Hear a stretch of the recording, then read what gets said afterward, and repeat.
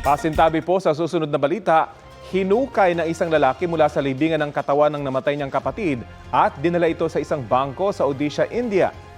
Pabalik-balik na raw kasi sa bangko ang lalaki dahil sinusubukan niyang i-access ang bank account ng kapatid niyang pumanaw sa sakit noong Enero. Para ma-withdraw ang mahigit 19,000 rupees o katumbas ng mahigit 12,000 pesos na laman ng account, inihingan siya ng mga kaukulang dokumento gaya ng death certificate.